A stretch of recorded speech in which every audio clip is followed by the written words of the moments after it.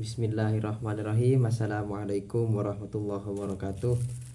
Alhamdulillahirabbil alamin. Assalatu wassalamu ala asrofil mursalin Sayyidina Muhammadin wa ala alihi wa sahbihi ajma'in, amma ba'du. Saya Muhammad Saiful Bahari, mahasiswa dari IAIK Al-Qadiri Jember, yang mana saya membuat video ini untuk memenuhi tugas dari Bapak dosen Fikri Farihin, yang mana beliau sekarang mengampu mata kuliah telaah materi akidah di madrasah, seperti itu. Langsung saja di telaah materi akidah di sini di semester ganjil itu yang pertama ada yang namanya kompetensi inti, yang mana di dalam telaah ini yaitu adalah untuk mereview pelajaran materi-materi yang ada di akidah di madrasah. Yang pertama ada kompetensi inti.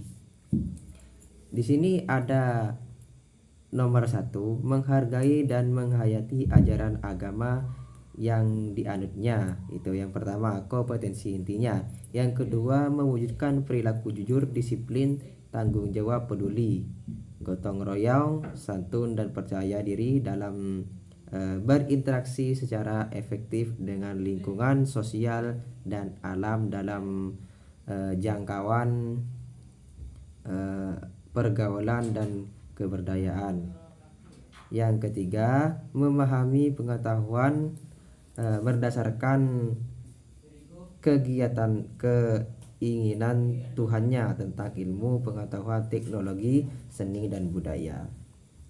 Yang keempat ada mencoba mengelola dan menyajikan dalam ranah konkret, menggunakan, mengurangi, merangkai atau memodifikasi dan membuat, dan ranah abstrak, menulis, membaca, menghitung, menggambar, dan mengarang sesuai yang dipelajari di sekolah dan sumber lain yang sama dalam sudut pandang teori ini.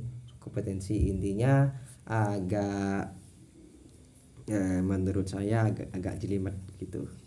Jadi di sini ada kompetensi dasar. Yang pertama kompetensi inti, dan ini ada kompetensi dasar untuk pembelajaran akidah di madrasah. Yang pertama biasanya itu ada 1.1, yaitu menghayati keberadaan akidah sebagai dasar berpikir, bertindak, dan bersikap. Itu. Yang kedua ada 2.2, yaitu mengamalkan perilaku jujur dan istiqomah sebagai implementasi dari mempelajarinya. Jadi bisa mengimplementasikan apa yang sudah dipelajari di dalam akidah di madrasah.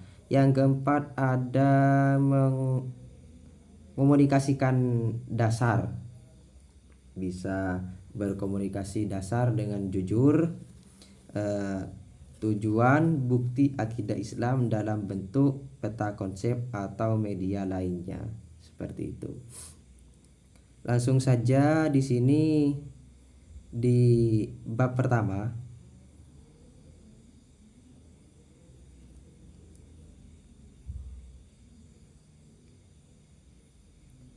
di sini yang akan saya paparkan ada bab 1 sampai bab 5.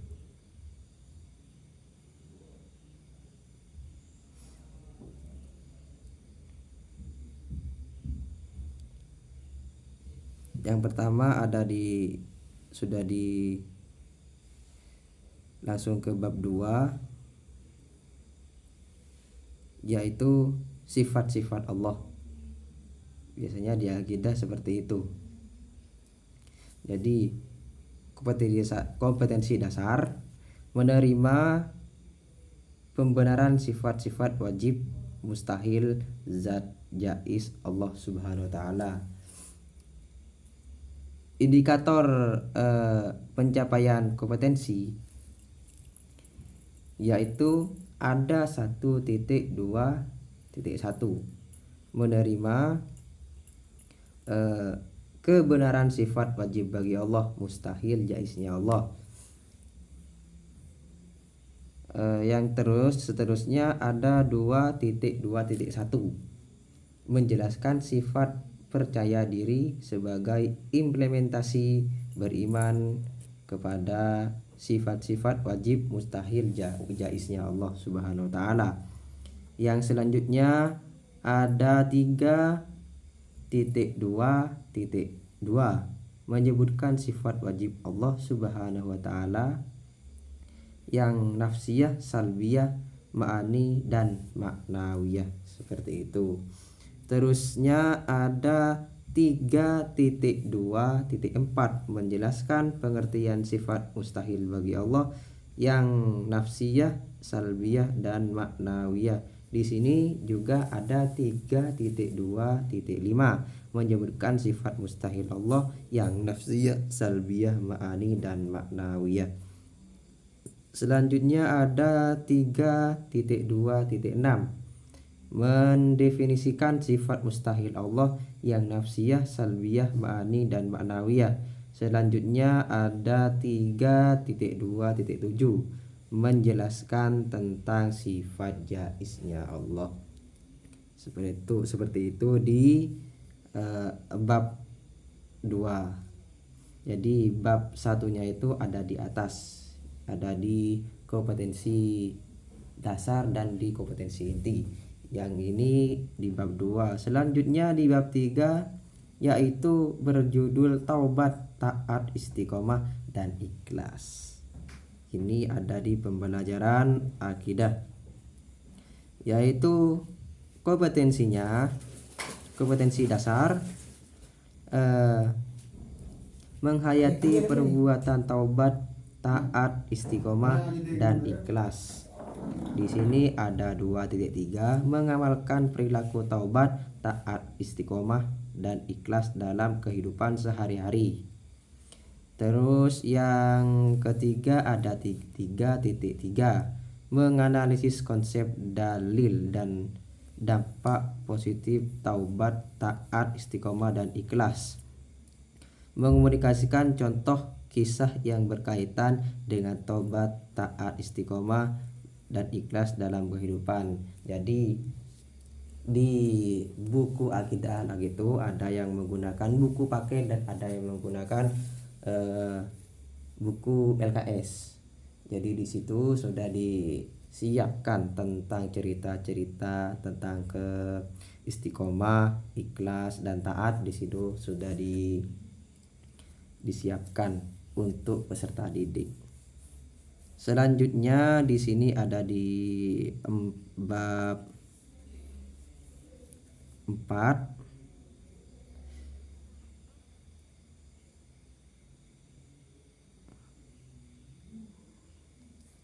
yang mana di bab 4 itu yang berjudul adab sholat dan zikir. Adab sholat dan zikir, yang mana kompetensi dasarnya menghayati adab sholat dan zikir sebagai sarana mendekati diri kepada Allah Subhanahu wa taala. Ini yang sangat penting di dalam mempelajari akidah, yaitu tentang ibadah yang inti ibadah itu di dalam pengamalan, seperti itu. Yang pertama ada 1.4 yaitu menghayati adab sholat dan zikir sebagai saran mendekati diri kepada Allah SWT. Yang kedua ada 2.4 yang mengamalkan perilaku patuh dan disiplin sebagai implementasi adab sholat dan zikir. Terusnya menerapkan adab dan fadilah sholat dan zikir, istighfar, salawatan dan tahlil, yaitu di 3.4 kompetensi dasarnya. Ada 4.4 mempraktekkan. Jadi kompetensi dasar itu harus dilaksanakan, yaitu mempraktekkan adab sholat dan zikir. Seperti itu.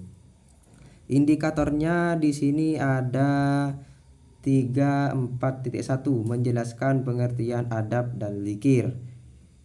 Dan selanjutnya ada 3.4.2 mengidentifikasikan dalil tentang adab sholat dan zikir. Di situ disiapkan di buku LKS maupun di buku paket tentang dalil tentang sholat, adab dan berzikir.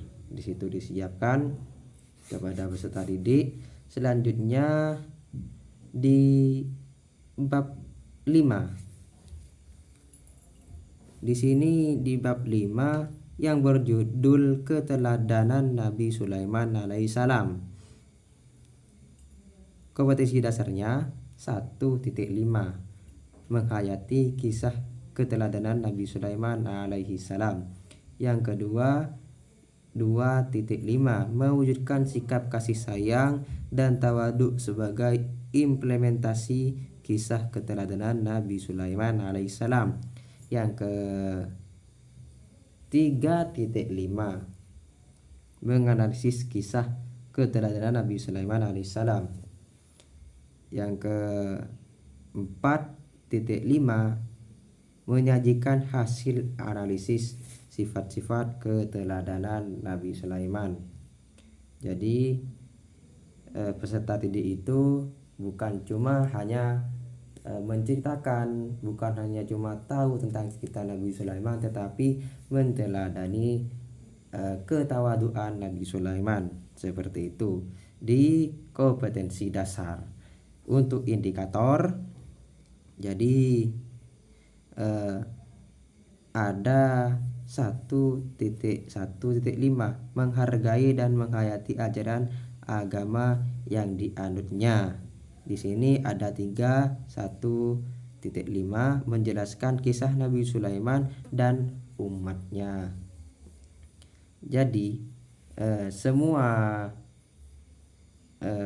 dari materi di atas dari bab 1 sampai bab 5, materi tersebut memberikan gambaran komprehensif tentang kurikulum untuk kelas